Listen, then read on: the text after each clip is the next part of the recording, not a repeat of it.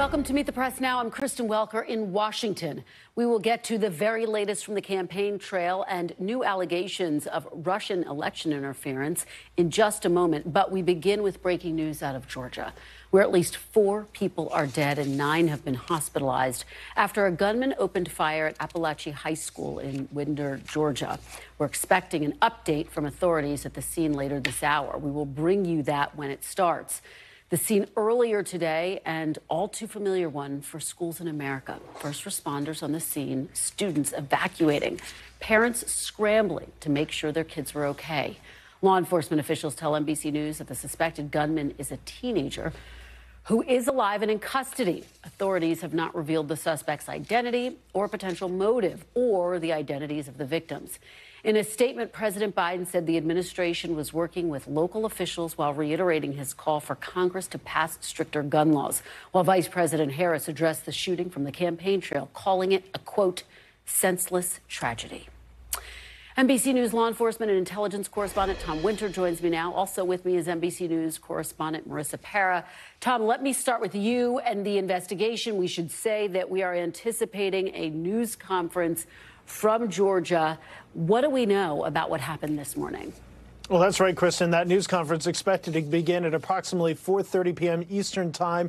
It's going to be the Georgia Bureau of Investigation, which is kind of the statewide investigating body and law enforcement agency who looks at these big crimes or does complex investigations in Georgia, along with the local sheriff's office and the FBI. The FBI, we are told, is there in an assist mode, and that just means that there's not a motive at this point that will turn this into a federal investigation. We haven't heard anything along those lines, such as terrorism or hate. But obviously, we're waiting to get more information. And we're waiting to get more information because the suspect, who's been identified as a teenager, that suspect is alive. And we don't know whether or not they're talking to police or not, which would presumably help them with a motive. They did not have an identification on their person. That maybe tells us a little bit of information, Kristen, that they are not yet at the age of 16. So perhaps they don't yet have a driver's license. And that's why we're being cautious with publicly identifying that individual, because A, they're a minor, of course, and there's consequences with that, but also we want to make sure that information is right, and that's based off of some instances that have happened with other minor shooters in mass shootings in the past. So that's what we know about this individual, which admittedly is not much. This shooting happened sometime before 10:30 a.m. Eastern time this morning. 4 killed, as you mentioned, 9 injured. We do anticipate the number of injured to go up, but that's because we have been told that a number of individuals were injured in the process of fleeing that school. We've heard from students all day long just the emotional response they had to hearing that gunfire and having to leave their school. And here we are just a few days after Labor Day into the start of a school year across the country and already talking about yet another school shooting. And so we'll continue to wait for details from law enforcement, the gun, the fact that if this individual is a teenager and that they are under the laws and the legal limits of Georgia, how they were able to get that gun. All questions we have and all things we're hopeful, Kristen, to get answers to. Yeah, I would like to say it's hard to believe that this could happen so soon after Labor Day, and yet it is not. Unfortunately, here we are again reporting on yet another tragic school shooting. Tom, let me ask you, as you mentioned, one suspect is in custody. What do you know about whether anyone else was involved in this? Sure. So no indications of any other individuals. The information coming on the record to us from the Georgia Bureau of Investigation that this individual is alive. The fact that they were taken into custody occurred apparently shortly after the shooting began. And the fact that this individual is alive is a bit of a rarity, as we've seen in some of these mass shootings. Oftentimes the suspect is shot by police or, in fact, shoots themselves. So that's a little bit of a rarity. No indications of a second individual at this time. And of course, a second shooter or another person involved is actually quite rare in these type of events. So at this point, it seems to be fairly well contained, and police have been clear that there's no other at-large threat to that particular community. And we haven't heard anything along the lines of some sort of any sort of international involvement. I always put an asterisk on that these days because the types of things that kids consume at home because of smartphones, because of computers, their access to information from all over the world and within this country that can sometimes push somebody to do this. Well, that's a separate story altogether. Yeah, well, I know you will continue to work the story. Tom Winter, thank you so much. Marissa, let me turn to you. I know we've heard from some of the students, the parents, grandparents in that community. What are folks saying there? To summarize, Kristen, it was chaos and trauma that we've been hearing largely, whether it's from students who witnessed it firsthand or from loved ones who rushed to the scene. I want to take you to some of what we saw, those striking images, whether it's the images of those ambulances lined up, and I mean one after another outside of this high school, or the reunification process. We saw so many videos of breathless parents, loved ones sprinting to make sure that their students, that their children were not among those who had been injured or worse killed. And so among what we're hearing are from students who, by the way, you know, this is a high school. These are ages anywhere between 13, maybe 19 tops, Kristen. They started school 1 month ago. And so this was in the midst of probably that back to school excitement. And instead of exactly that, Kristen, they describe hearing gunshots, seeing blood, seeing gunpowder on the floor, and running for their lives. Listen for yourself. I heard gunshots, and then my teacher told us to get in the corner. And then they were clearing this. I heard like screaming and police officers like, get down, put your hands on your head. It was crazy. And then when they were clearing their building, like the rooms, because you know sometimes the shooters hide amongst the kids, they were clearing our room and they busted the door. And they had an AK at us, like telling us to put your hands in the air. It was really crazy. You just never know what's going to happen. What was going through your head when all that happened? I thought I was going to die, and I was going to go to the bathroom right before it happened, and I'm so glad I didn't, because I would probably be dead right now. I feel really sorry for the kids that they've had to experience this, and the parents who got those phone calls that it was their child. And Kristen, I want to point out how tight-knit this community is. Winder has 19,000 people. This is a small community situated between Athens, Georgia, and Atlanta. And this school, this high school, has an enrollment of about 1,800. So we want to point out, even if that number does remain as it is, which at this moment stands at 4 dead, 9 injured, I mean, this entire community changed forever, Kristen.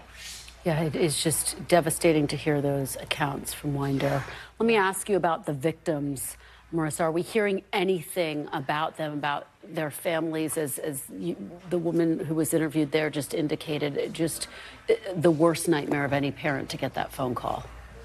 So, Kristen, I will say that I am seeing a lot of posts and chatter online, and we, of course, always want to be careful and err on the side of caution for 2 reasons. Of course, one, we want to make sure that we're accurate, and we're still waiting for confirmation from police, from law enforcement. And it's not just because of accuracy, it's also for the sake of respect for the families. A lot of times they don't release names because there are family members still waiting to get notified to find out that this is going to be the worst day of their lives.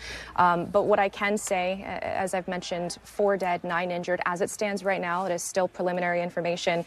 But we are learning new details from area hospitals who are telling NBC News, confirming that they did get victims, Kristen, confirming that they had everything from gunshot wounds, they had victims with gunshot wounds, to victims who had anxiety and panic attack symptoms. And so that is important to remember, because a lot of times when we do see this number of injuries reported, we don't always know what the extent of those injuries are. Sometimes it can be a piece of debris that hits someone. It could be in the midst of the chaos running away. People do get injured, even if it's, you know, being trampled on by other people. So, of course, we're still waiting to find out and confirm many things here. We're expecting that update very soon from police, the local sheriff's office there. But I will say that from what I am seeing, to summarize online, Kristen, we're hearing relief from loved ones who did make it, but just absolute anguish for people that the community suspects did not, Kristen. And as we mentioned, a very small and tight-knit community that it's going to take a long time for them to recover from this. Absolutely. Marissa, thank you for your great reporting. Really appreciate it. We will, of course, come back to you if that news conference gets underway. Tom Winter as well, thanks for your investigative reporting as always. We will continue to follow the latest developments out of Georgia and bring you updates as we get them. But we do want to turn now to the final sprint to Election Day as both campaigns hit the trail. Vice President Harris speaking in New Hampshire just moments ago, addressing the Georgia shooting. Take a look. This is just a senseless tragedy on top of so many senseless tragedies. And it's just outrageous that every day in our country, in the United States of America, that parents have to send their children to school worried about whether or not their child will come home alive. It's senseless. It is, we've got to stop it. And we have to end this epidemic of gun violence in our country once and for all. Now, former President Trump also weighed in, saying on social media that, quote, "Our hearts are with the victims and loved ones of those affected by the tragic event." The vice president is spending the day in New Hampshire as her running mate makes stops in the crucial swing state of Pennsylvania. Former President Trump also in Pennsylvania today to tape a Fox News town hall as J.D. Vance is set to deliver remarks in battleground Arizona. It comes as new battleground polling shows Harris opening up a small lead over the former president in 4 key swing states, though all of these races are within the margin of error. Take a look. National polls, meanwhile, show key Democratic voting blocs who are unenthusiastic about voting for Biden starting to come home. Harris has improved on Biden's lackluster support among black voters, but not enough to match Biden's 2020 numbers. Remember, this is a group Democrats won by 75 points in the 2020 presidential race. Harris has recaptured the lead over Trump among Hispanics, but again is not yet matching the 2020 margin Democrats won with Hispanics by more than 30 points in 2020. She's also made notable gains compared to Biden among young voters. NBC News is taking a deeper look at that critical group of voters in a first-of-its-kind poll of Gen Z voters aged 18 to 29. NBC Stay Tuned correspondent Marquise has more on what's motivating them and what it could mean for November. Right now, Gen Z voters are supporting Vice President Kamala Harris in her bid for the White House. It is locked in. I am voting for Kamala Harris. Donald Trump, I think, would be, if not close to the end of our democracy, if he is elected president again. According to a new NBC News Stay Tuned Gen Z poll, 50% of registered Gen Z voters support Harris, in comparison to 34% who support Trump. I trust her. Many young voters we spoke to said the vice president stepping into the race changed their feelings about the election.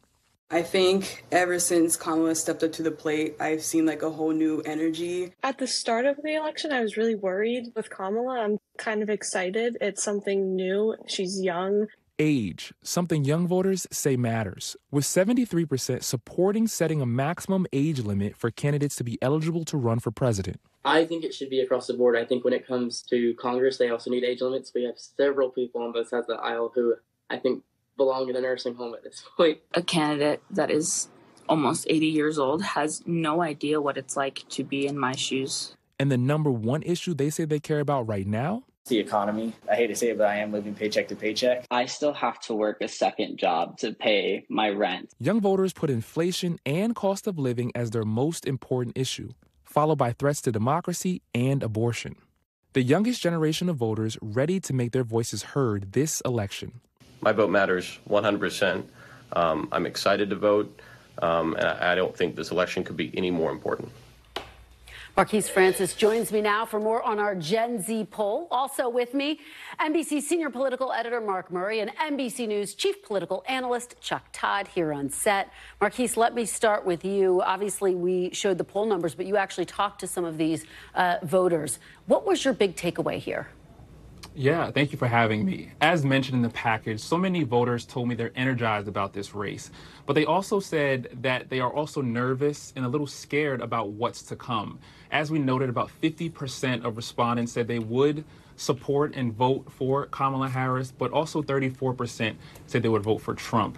And I also want to add the fact that 7 in 10 respondents said they believe the U.S. is ready for a female president, which pretty much pales into comparison in contrast to a lot of the chatter we heard right when President Biden dropped out of the race. And so many people saying, is the U.S. actually ready for a female president? Gen Z is saying they are.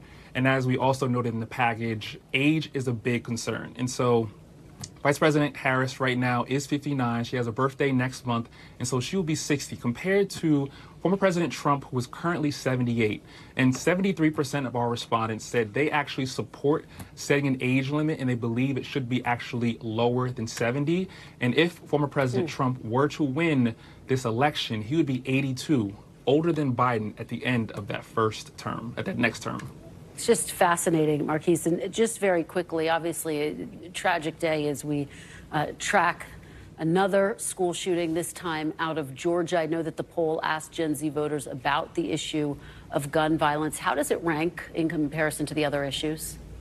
Yeah, well, in total, about 85% of Gen Z respondents said they are either very concerned or somewhat concerned about gun violence. And as you mentioned, we saw what happened today in Georgia.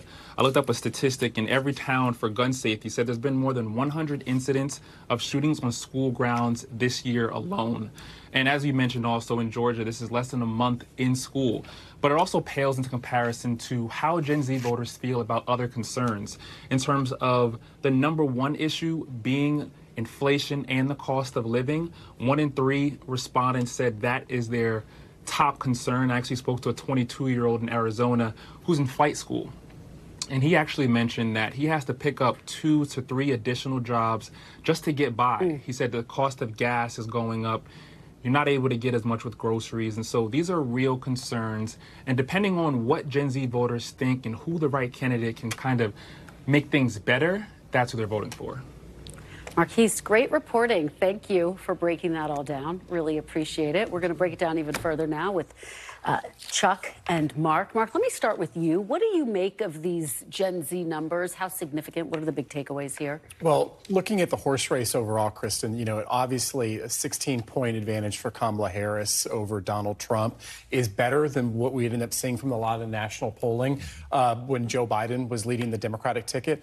But it's not yet at the 2020 levels, or certainly even what Barack Obama was able to get in 2008 and 2012. And so when I look at those young voter numbers, as well as Latinos and all the other demographic groups, Harris is in a better place than Biden was, but she's not out of the woods politically yet and still has some improvement to do. Yeah, Chuck, that last point that Mark makes seems to be the ongoing challenge for Vice President Harris. Yes, she's doing better than Biden, but she's still not at those rates that she would need to be at in order to walk away with this. And that's why this is so close. Well, you know, the spread matters in some ways less than the percentage of voters that are under the age of 35 that show up. All right. Yeah. And it's just an easy test, right? If Gen Z shows up in numbers that are equal to voters over 65, Harris is going to win. Hard stop. That's what we saw with Obama. That's what we saw with Biden. If Gen Z underperforms with the other 3 generations, millennials, boomers, and older voters, then you start. And to me, that's her challenge. But this is where you just look at the 2022 midterms and 2018 midterms, but particularly 2022, younger women are fired up to vote.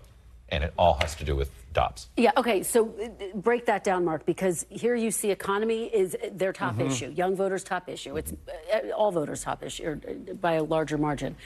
But Chuck's right, the issue of reproductive rights, the issue of abortion, Roe v. Wade being overturned, we have seen it being a motivating factor and a change maker since the midterms. Yeah, and getting at that motivating factor, Kristen, I think it's important to note this poll, like a lot of other ones, what's the most important issue?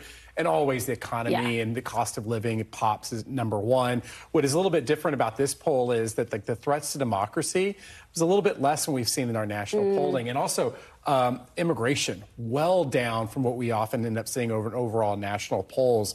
But when we talk about the issue of abortion, one way our national poll, outside of this poll, often does it is there a single issue that you would vote for regardless? And that single issue voter, that's when abortion really does start to pop. And so just asking is like, what's the most important issue for the election? Doesn't quite get at the motivating factor. Yeah, I think that whole democracy using that, I think it's a terrible construction because I think that is an eye of the beholder. Right? It's a bit subjective. Some people say threats to democracy and see the Dobbs decision. Other people say threats to democracy and see January 6th. Other people say threats to democracy and see going after Donald Trump in the trials, right? So I think that's a very misleading poll result across the board. Everybody's been doing it. Yeah, right. Been trying to create this umbrella. Right. And I really think it's led people to some misleading results. Chuck, going back to the point you make, though, about turnout, what are you seeing when you look at the enthusiasm numbers? Well, look, what you see is the enthusiasm numbers have been there for Trump, and now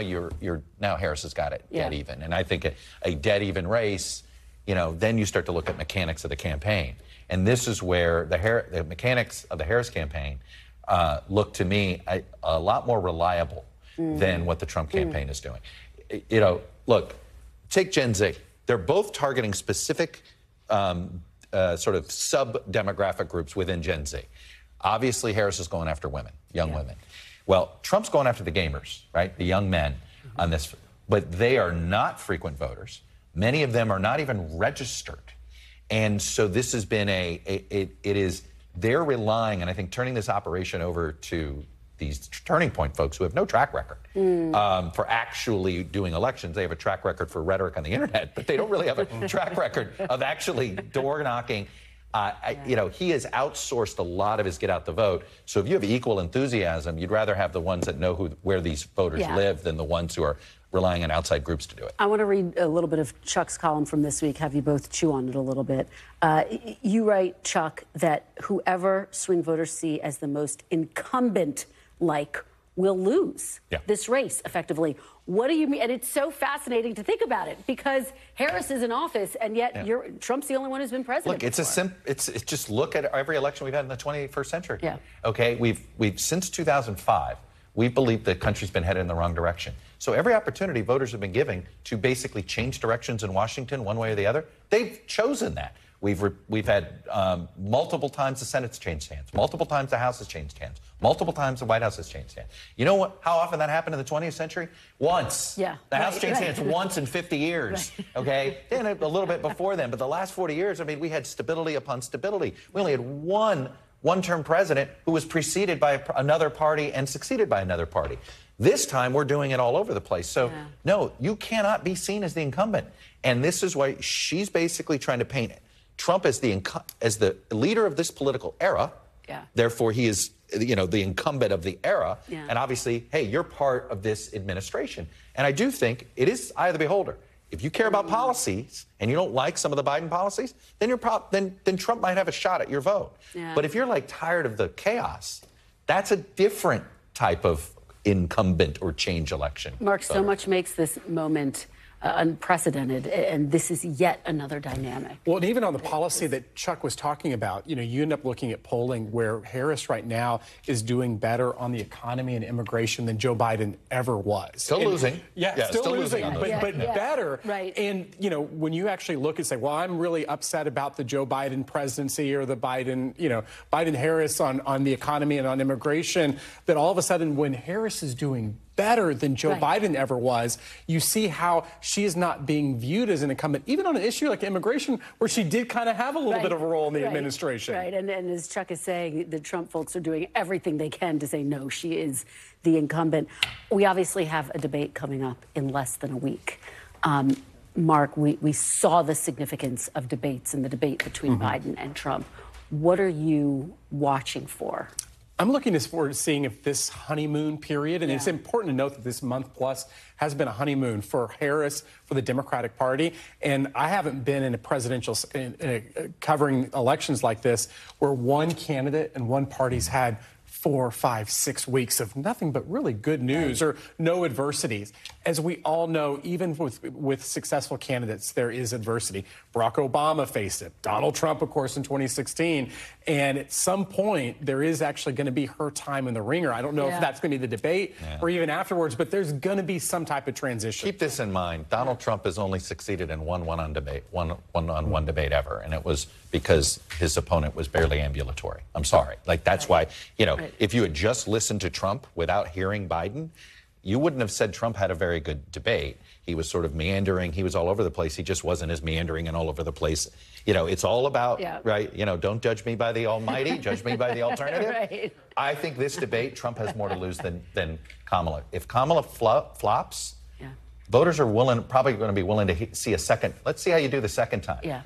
Trump's done it so many times. He doesn't have the same margin for error with voters. I think voters know his shtick, and if the shtick is as bad as they fear, that's a bad sign for him. Okay, well, a lot to watch. Thank you for breaking all of that down, Mark and Chuck. Great to see you both. Well, you are now looking at Winder, Georgia, where we are awaiting an update from authorities on the Appalachia High School shooting. That's expected around 4:30 Eastern. Also coming up, breaking news from the Justice Department. The Biden administration is cracking down on an alleged Russian plot to interfere in the 2024 presidential election. We'll have details straight ahead. You're watching Meet the Press now.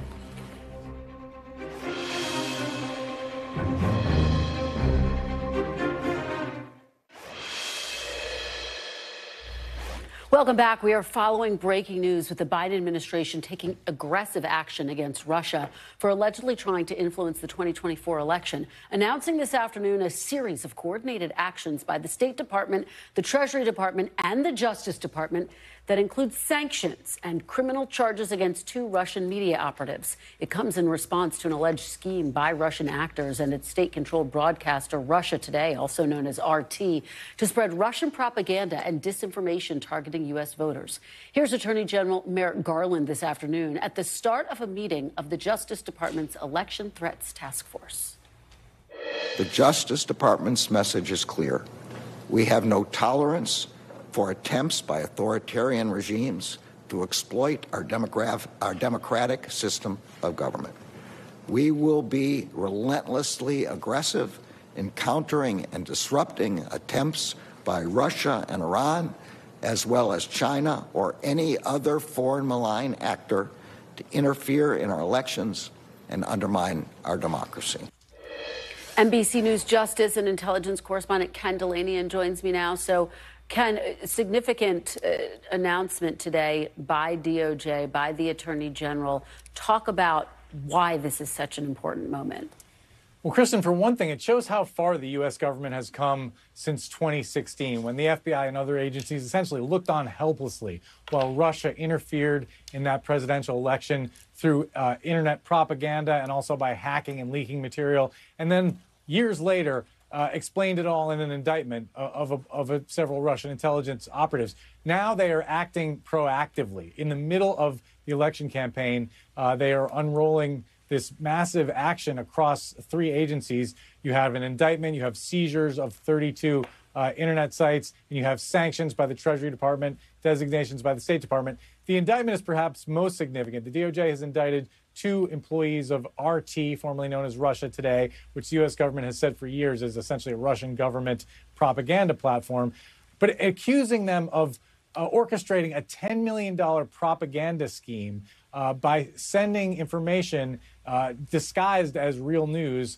to American companies. In one case, a company we identified that appears to be Tenet Media in Tennessee, which put out stuff on YouTube that had like 16 million views. So there was a far reach to this operation. It had impact, but the Justice Department, the other parts of the Biden administration trying to nip it in the bud, and they say that this investigation is ongoing. They're not going to stop between now and the election. You know, Ken, it's interesting because a lot of people will say, well, wait a minute, didn't the Biden administration already accuse Russia of interfering? Why is the indictment necessary, given that? How does it change or add to or bolster that accusation by the Biden administration? Yeah, well, these two, the 2 people indicted are in Russia, so they're outside the reach of U.S. courts. But what this does is it stops the operation, essentially. This company that was publishing these YouTube videos that millions of people were watching has now been named as essentially an supposedly unwitting victim of this Russian propaganda operation. So that stops it, essentially. And when they seize these 32 other domains, these were places on the internet where Russian propaganda, Russian disinformation was leaking into the American discourse. So it's a way of holding the Russians accountable. It's also a way of stopping the bad actions. And, you know, Merrick Garland was very firm today in saying we're not going to tolerate this, Kristen. Ken Delaney, thank you so much for that report. Well, law enforcement officials are about to provide an update on that deadly shooting that took place at Apache High School in Georgia this morning. You see them approaching the microphones. Let's give them a moment to get settled and listen in. Georgia Bureau of Investigation, and we wanted to come back this afternoon and present you with a little more of a timeline of the events that have taken place here today and what we know up to this point with the investigation. At approximately 10:20 a.m. this morning, the Parra County Sheriff's Office received alerts about reports of an active shooter and radio traffic from school resource officers concerning the same concern, or having the same concern.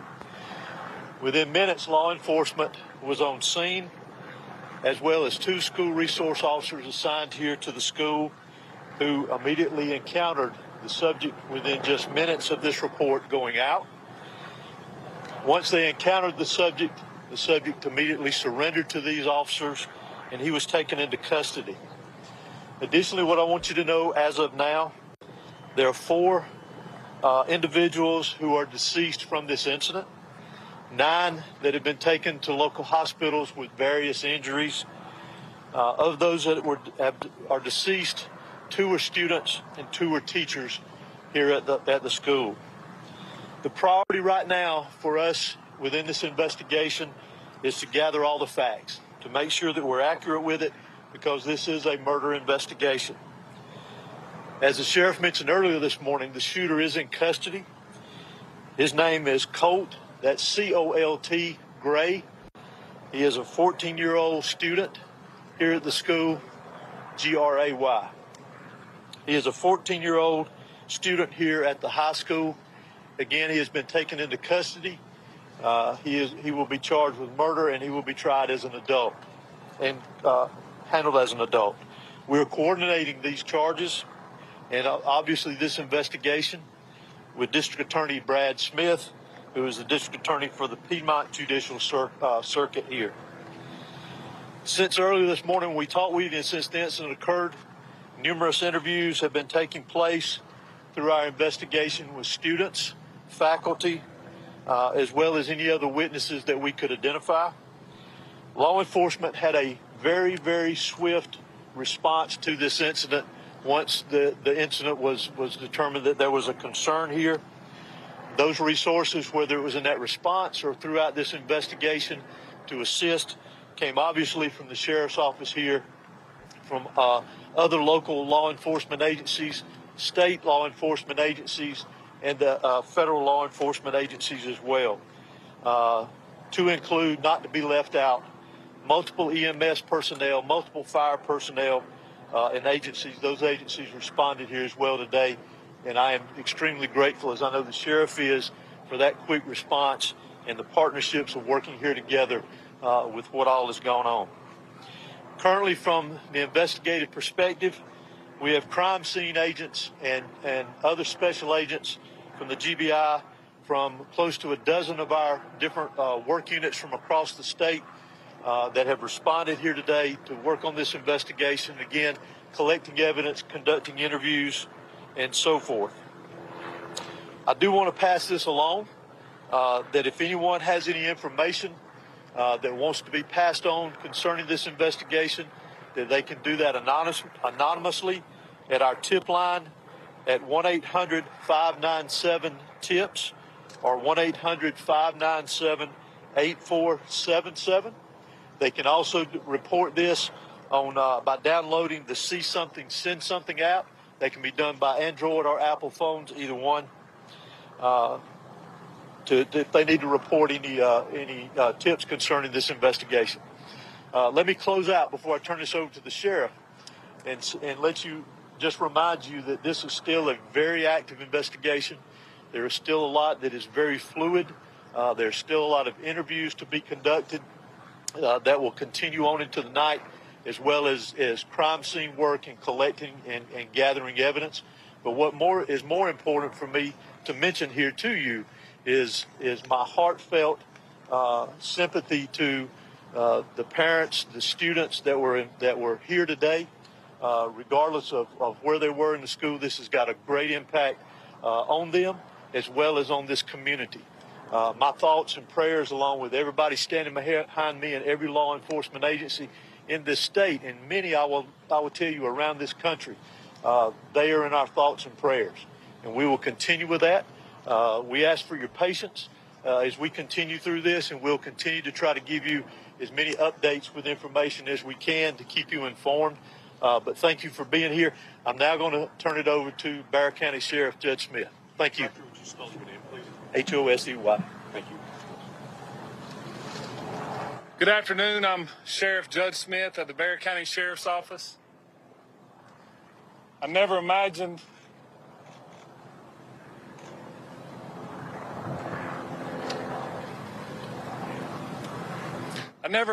that I would be speaking to the media in my career over something that happened today, the pure evil that happened today. I cannot thank the people behind me for the support they give me today, to give this office and give this staff. This hits home for me. I was born and raised here. I went to school in this school system. My kids go to this school system. I'm proud of this school system. My heart hurts for these kids. My heart hurts for our community. But I want to make it very clear that hate will not prevail in this county. I want that to be very clear and known. Love will prevail over what happened today. I assure you of that. It is very early as to what happened. Governor Kemp reached out to me and has provided me every single resource that he has to make sure justice prevails. I don't know why it happened. I may not ever know. We may not ever know. But I ask that you and our community lift up our schools, lift up our public safety, and that, again, we do not let this hateful event prevail as to what happened today. I want to thank the surrounding agencies and counties and cities and state and federal authorities that have come and provided us, because they prevented a lot of more tragic events from happening. Continue to lift up these families, continue to lift up our students and our kids, and know that love will prevail. At this time, I'm going to ask Dr. LaDuff, our school superintendent, to come and speak on behalf of the school.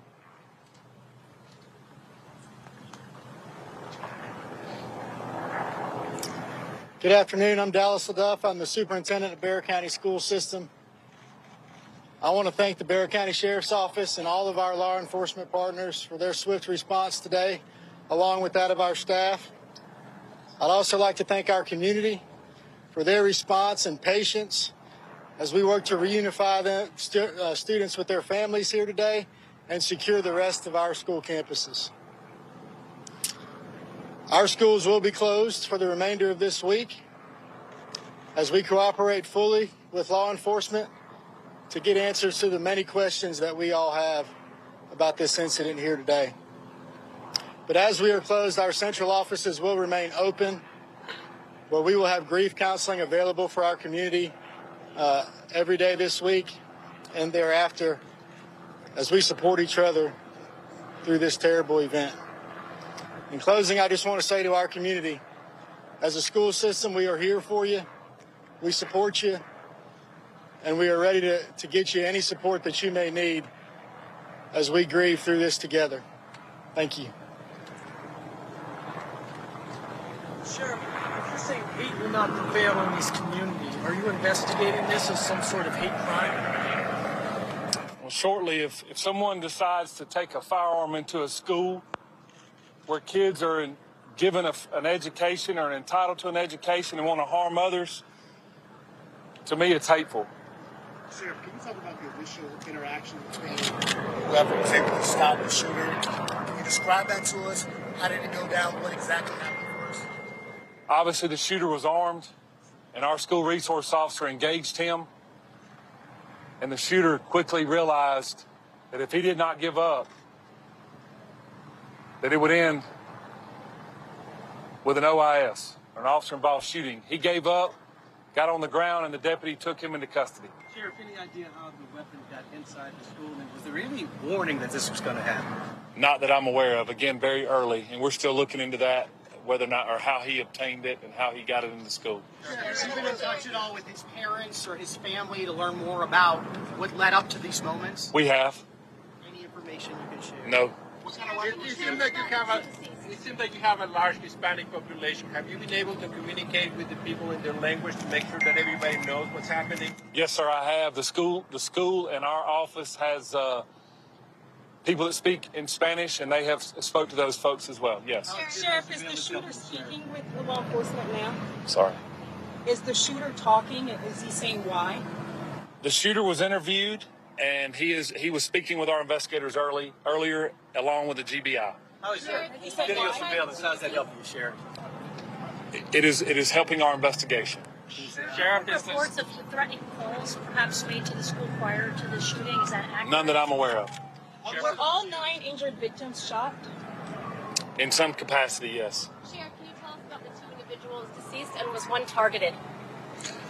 We don't know of any targets at this point.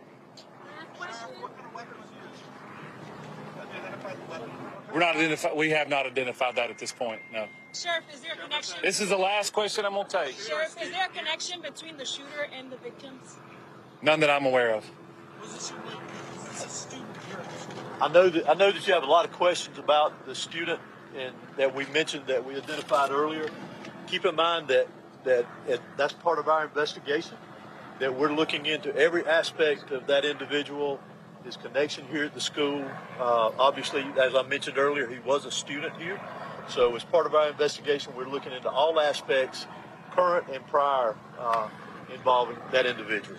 Can you tell us how many rounds were fired? Can you tell us how many rounds were fired? What? The shooter is a student, yes. When can we expect the We do not know how many rounds. Director, has that shooter had any past history with law enforcement? For now, this is the information that we have. It is an active investigation. I assure you we do plan to come back out here in a couple of hours. Please make sure you're following the GBIX page. That's where we're going to be putting the updates. If there's anything that's new, we'll make sure that we share that information. It's still very early. Investigators have a lot of work to do. We appreciate your patience. Do expect another in-person news conference out here in the next few hours. Monitor the X page, and we will be sure to update you accordingly. Thank you. And that's the x.com. Thank you. Yes. Thank you. GBIX. And you have been listening to authorities in Winder, Georgia, deliver just a tragic update to the shooting that occurred there earlier today. According to officials, 4 people are deceased. 2 of them are students, 2 teachers. 9 were taken to the hospital, and you just heard the sheriff there say all 9 were in some capacity shot. Authorities saying that the suspect is a 14-year-old student. He is in custody. One official saying he will be charged with murder and tried as an adult. They also say that he's been interviewed and he is speaking to investigators, as is his family. You could see the emotion in the sheriff's voice there. Sheriff Judd Smith pausing, speaking through tears, calling what happened pure evil, saying that hate will not prevail, love will prevail over what happened today. And as we continue to break down what we just learned from authorities in Georgia, I do want to turn to NBC's Marissa Parra. Marissa, you could see the emotion in all of the authorities' faces. You could hear it in their voices, particularly the sheriff. Obviously, this entire community has been shattered. Exactly, Kristen, and that's exactly what we were talking about earlier in this hour. In fact, when we talked about how tight-knit this community is, we heard from the sheriff himself saying that his own kids belong to this same school system. So you can imagine some of the very same people that are responding to this, whether it's local agencies, EMS, the sheriff's office. Many of them likely have some sort of tie in some way or another. And so we heard that emotion. We also learned a couple of more details in addition to what you just recapped, Kristen. So we understand the police were on the scene within minutes, and that suspect, who has now been identified as a 14-year-old student, immediately surrendered and was taken into custody almost immediately. You mentioned how this 14-year-old suspect is talking with investigators. They said that they don't know of any targets at this moment, but we always preface our information that we're reporting at this moment is preliminary, and they did the same because they're still deeply in the process of doing interviews, learning as much as they possibly can with survivors who are, of course, traumatized, and they're young. Remember, this is a high school. We probably are talking about anywhere between 13 years old, 19 tops. And then, of course, we talk about the deceased, 2 students and 2 teachers dead. We don't have any more details on those injured. We know that 9 were hospitalized with gunshot wounds, but then we also talked about earlier, Kristen, we heard from hospitals in the area who said that they also had people walking in with other injuries, people who had panic attack and anxiety attack symptoms. And this is pretty common in situations like this. It's chaotic. People are running for their lives. They might have been hit by debris. We don't know. They might have tripped over themselves, hit their face. I mean, this is very common in these types of mass chaotic situations, especially in a mass shooting. I will add quickly, we heard from the school superintendent who said that Appalachia high schools, these area high schools, will be closed for the remainder of the week, probably for 2 reasons, Kristen. One, they have a lot of investigating to do, and I know that this is something we'll be hearing from the Tom Winters of NBC, that investigation. They need to look through and comb through all of the evidence that is left. This is now a crime scene, this high school where students are supposed to go to learn. But then there is also the trauma aspect of this. We've been hearing from eyewitness accounts of these very young people and even, of course, their loved ones, the trauma that is here. So, Kristen, they also did mention that there is grief counseling for those who need it in this area that is undoubtedly shaken. Yeah, Marissa, you heard the school superintendent saying there's going to be grief counseling for the remainder of the week and beyond. And of course, you could hear the reporters continuing to ask questions even as the news conference was coming to a close, including, was there any warning? The sheriff said, not that I'm aware of. But again, and I stress this point that you just made so well, this is still an investigation that is very much in its infancy, very much in its early stages. You heard every law enforcement official who just spoke make the point that they believe as though the response was swift and prevented a larger tragedy from happening. And again, that school officer engaging the shooter who did surrender. Marissa, you've been talking to family members, you've been talking to those who live in the community and hearing from them throughout the day. What have people been saying about this horrific tragedy? Well, it's hard to talk about because you can feel and see and hear the trauma from people who witnessed this firsthand. I mean, you have young high school students describe walking past a horrific scene. And I know that we have aired, and I can have my producers let me know if we have any of this sound available to play, but we have heard firsthand from students who describe seeing gunpowder and blood on the floors as they quite literally ran for their lives. And so, of course, this is traumatic for those students and faculty and staff who had to witness this. But then, just as difficult to watch, Kristen, are these images of parents running breathlessly to that football field, waiting to make sure and find out that this is not going to be the worst day of their lives. That reunification process, a slow one. For safety reasons, you can understand. If we can pull up the video that we saw, of course, there was the heavy police presence that still exists outside of that high school. All of those ambulances lined up one after another, but then you see these large crowds that, you know, from a distance, you see that it looks very small, but you got to think about, it's of course not just law enforcement, it's not just EMS, it's students and parents waiting to reunite with each other. We've heard testimony from several who did not have their phones on them for one reason or another. So that delayed the process of their loved ones even finding out if they were okay. And so this is something that we understand is still happening right now. Loved ones still waiting to be with their families. But Kristen, like we've talked about, I'll say it again, 4 dead, at least 9 injured, but this entire community, a tight-knit one, changed forever from this. Marissa, Parra, thank you so much for helping us cover what is yet another national tragedy. We really appreciate your careful and thoughtful reporting. I do now want to bring in John Kasich. He's, of course, the former Republican governor of Ohio and an NBC News political analyst. Governor, thank you. Here we are on yet another unbearable day. Kristen, it's like, yeah. I remember the day we had a shooting in a tight-knit, small community. I didn't go right away. I went a little bit later and went in and saw the principal, the superintendent, guidance counselor.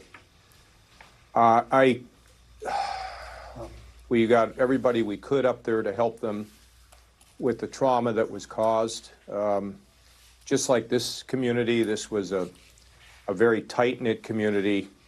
And I'll never forget the second night, the entire community gathered in the church. They had speakers outside the church. I mean, I'm sorry, you know, the speakers where people could hear outside because there were so many people were there. Everybody in the community walked to that church. Kristen, when something like this happens, it is, look, what do I need to say that frankly hasn't been said, but it's, in a way, it's almost like a flashback when I think about the pain of that community. And I must tell you that over time, they did recover. I was there at the graduation of the seniors in the class that year. But I tell you, it's unfathomable in America, and it happens so much of the time. And when I saw it today, I just couldn't believe it's happening again. Yeah, and here we are right after Labor Day, Governor. And talk to me a little bit about the role. Obviously, you heard the officials there, their emotion in their voices. They talked about the fact, obviously, they've been in touch with Governor Kemp. How did you see your role in that moment? What does Governor Kemp need to do in this moment for that community? What do you think that they will My role basically, Kristen, was to be pretty invisible until they asked me. I mean, when I showed up, there were, there were cameras and trucks with, big ways in which to communicate. And I snuck in the back of that school. They didn't know I was really there. And when I walked in, and when they initially saw me, I think they didn't know what to think. And I said, look, no one knows I'm here. I'm here to just do whatever I can to offer you support. And I think they so much appreciated that. Yeah. Because we got there, that same day. I waited a few hours before I went, and that was a smart thing to do. But the fact that I had slipped in there and slipped out of there without anybody knowing, without any fanfare or anything like that, I think was deeply appreciated. And went back the next day and met with all of them again. And then that night they asked me to be part of the program, which, I mean, it's like, what do you tell a community about the loss of young life? And what I did is I talked to them about what I had gone through with the death of my parents, who had been killed by a drunk driver, and how dark my world had been, but how I had somehow found my way. And I told them that they would find their way. But it's important for them. It's important for the people in that church or in that school, the superintendent, the principal, the guidance counselor. And what the governor can do is offer them all the help they need in terms of the counseling that they're going to need to get through this. And open it wide, that just not the kids in the school, the teachers, superintendents, but anybody in the community, because it's a horrible impact on the community. If they can get the help they need, if they can hang together, hold each other's hands, give each other hugs, they'll move forward. But that's kind of like tomorrow. Today, it's shock. It's stunning. It's a stunning development. It's a terrible, I mean, think about it. Kids shooting kids, right? And then maybe sometime, Kristen, we should talk about why nothing ever seems to get done around this whole subject, but it's not for today. Yeah. But let me also say the people who were in that school who responded the way they did and were able to secure that school from the shooter. Think about them. Yes. Think about how excellent they were, the training that they had. We had almost the same kind of a thing where it was actually there was a guy from the gymnasium, somebody that teaches that, who chased a kid out of the school. They're heroes. Those people are heroes. But what Kemp should do is just make sure they have all the resources that they could possibly, that he has, that they could possibly need. And my recommendation is low key it. They'll tell you what they need from you. And as you are making very clear, part of that is just being present when you're needed. The sheriff who was so emotional, Governor, And you're right. I think the discussion about what to do about this, we'll have you back to have that discussion. But he said something. He said, hate will not prevail. Love will prevail over what happened today. It was so powerful, I thought, that he had the presence of mind to say that. I want to be clear. He did not seem to be indicating that this was a hate crime. Instead, he was saying, no. What you're saying, how can a 14-year-old walk into a class and do this to their own classmates and their own schoolmates? Yeah, we don't know. And, you know, somebody brought up mental illness to me earlier today. I don't want to go there. We don't know. It's too early. And this is not a time to speculate. But what I will tell you is, if the community holds together, which I'm sure they will, I'm sure they have a lot of strong faith elements in that community of all types. If they can hang together here, the sun will come up. It will come up. It came up in that little community that I know so well now, and it'll come up in Georgia. But, you know, coming up is later. Right now, it's grief. Mm-hmm. It's tears. It's sobbing. It's saying to the Lord, you know, help us, just like you do to your father or your mother. You know, we need us. We need you. We need help. Mm. And the help will come. But now's the time to stay together, to hug. And it's just terrible. And when you see it, it's in children, you know? Yeah. Kristen, children. Yeah.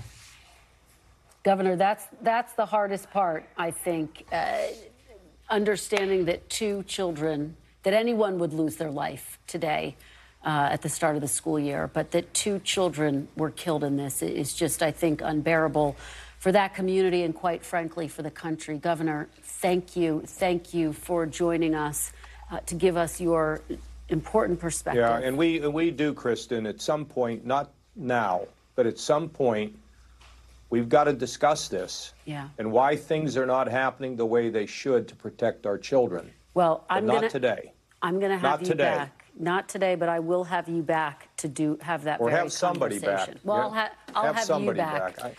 I will have you back, Governor. Thank you. Thanks really for your appreciate coverage. your God perspective. bless. Thank you. You too, Governor.